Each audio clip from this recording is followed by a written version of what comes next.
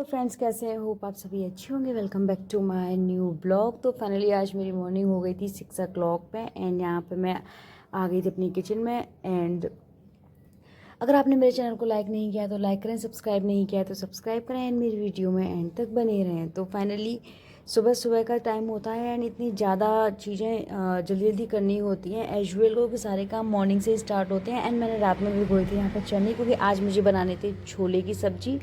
Just because क्योंकि मेरे बेटे के जो लंच में जो टिफ़िन में आज जाना था वो जाना था छोले छोले चावल। ओके, छोले चावल। देन उसके बाद यहाँ मैंने छोले को भी रख दिया था and then I will come back to my study. And यहाँ पे आने के बाद मैंने यहाँ पे ये सबको जो निकाला, इसको रिवाइज़ किया। यहाँ हमने लास्ट में जो पढ़ा था वो क्या पढ़ा था, स्टेजेस ऑफ डेवलपमेंट, जिसमें हमने ये देखा था कि 4 स्टेजेस होती हैं। ये आई थिंक अब फाइनल हो गई होंगी। That is infancy, early childhood, letter childhood and adolescence. ये एक कह सकते हैं कि एक बैकबोन होती है एंड यहाँ पे ये चारों को हमें याद करना बहुत ज़्यादा इंपॉर्टेंट होता है। तो हमने 2 पहले एक्सप्लेन कर ली थी एंड हम तीसरी आज पढ़ेंगे। That is letter childhood. Letter childhood जो होती है वो 6 to 12 ईयर्स होती है, कि जो भी मानसिकता होती है बच्चों की 6 से 12 साल के बीच में वो। तो यहाँ पे क्या क्या मानसिकता होती है बच्चों के अंदर, ट्रबलसम एज होती है, ये एलिमेंट्री स्कूल एज होती है, गैंग एज होती है, pathway for long term friendships, exploration of creative potential, prejudice maturity, मिथ्या होती हैं यहाँ पे बहुत सारी। एंड यहाँ पे कहीं ना कहीं फेक पर्सनैलिटी भी आ जाती है कहीं ना कहीं बच्चे की।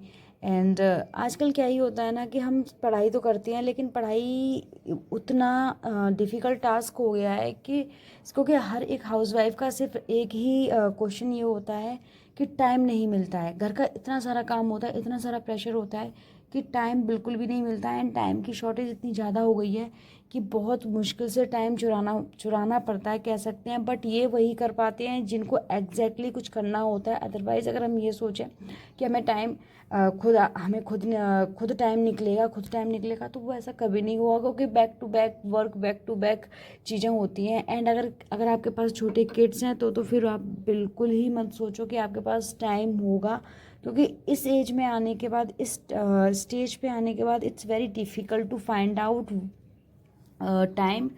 एंड यहाँ पे फिर भी अगर अगर आपके अंदर ये है कि नहीं नहीं, I have to do something, मुझे करना है, तो फिर आपको टाइम निकालना ही पड़ेगा। एंड आई एम श्योर जब आप कोशिश करेंगे तो टाइम भी निकल ही आएगा सडनली। कि मेरे पास भी इतना टाइम नहीं होता है बट स्टिल मैं निकालती हूँ एंड कोशिश करती हूँ कि जितना भी मिल रहा है, आधा घंटा 1 घंटा, मैं उसको यूटिलाइज़ करूँ, क्योंकि जो मैंने टाइम अब तक वेस्ट किया है मैं उसे वेस्ट ही बोलूँगी। क्योंकि तो मैं नहीं चाहती कि अब जो नेक्स्ट जो टाइम है उसको मैं और ज़्यादा वेस्ट करूँ, तो इसलिए अब मुझे वो टाइम यूटिलाइज़ करना है। एंड यहाँ पे जो हमारी 4th स्टेज थी वो थी एडोलसेंस, 12 to 18 ईयर्स में होती है। इसमें क्या क्या चीज़ें आती हैं, मोस्ट क्रिटिकल स्टेज होती है ये। PCSE चेंजेस होते हैं इसमें। PCSE चेंजेस हमने पुराने टॉपिक्स में पढ़े हैं, physical, cognitive, social and emotional changes, stages of stress and storm. यहाँ पे स्ट्रेस बहुत आ जाता है इस एज में। ट्रांजिशनल स्टेज होती है ये, ब्रिज पीरियड होते हैं, आइडेंटिटी क्राइसिस होते हैं, adjustment problems, stage of unrealization, emotional instability आ जाती है, वोकेशनल एनजाइटी आ जाती है। एंड यहाँ पे 12 to 18 ईयर्स में जितने भी बच्चों के ये एक तरीके से टीनेज होता है एंड टीनेज में जितने भी ज़्यादा इश्यूज़ होते हैं वो सारे के सारे हमें इस एज में आ जाते हैं। वर्ल्ड हेल्थ ऑर्गेनाइजेशन के अकॉर्डिंग यहाँ पे एज जो बताई है वो हमें बताई है 10 to 19। एंड नॉर्मली अगर हम जाने तो यहाँ पे 12 to 18 ईयर्स होती है। देन यहाँ पे मेरी बेबी जग गई थी। मैंने कहा ना कि बहुत डिफ़िकल्ट हो जाता है, मेरे लिए भी बहुत डिफ़िकल्ट है। इट्स नॉट ईजी कि हम सारी चीज़ों को बहुत अच्छी तरीके से मैनेज कर पाएँ। हमें बहुत सारी प्रॉब्लम्स को फेस करना होता है।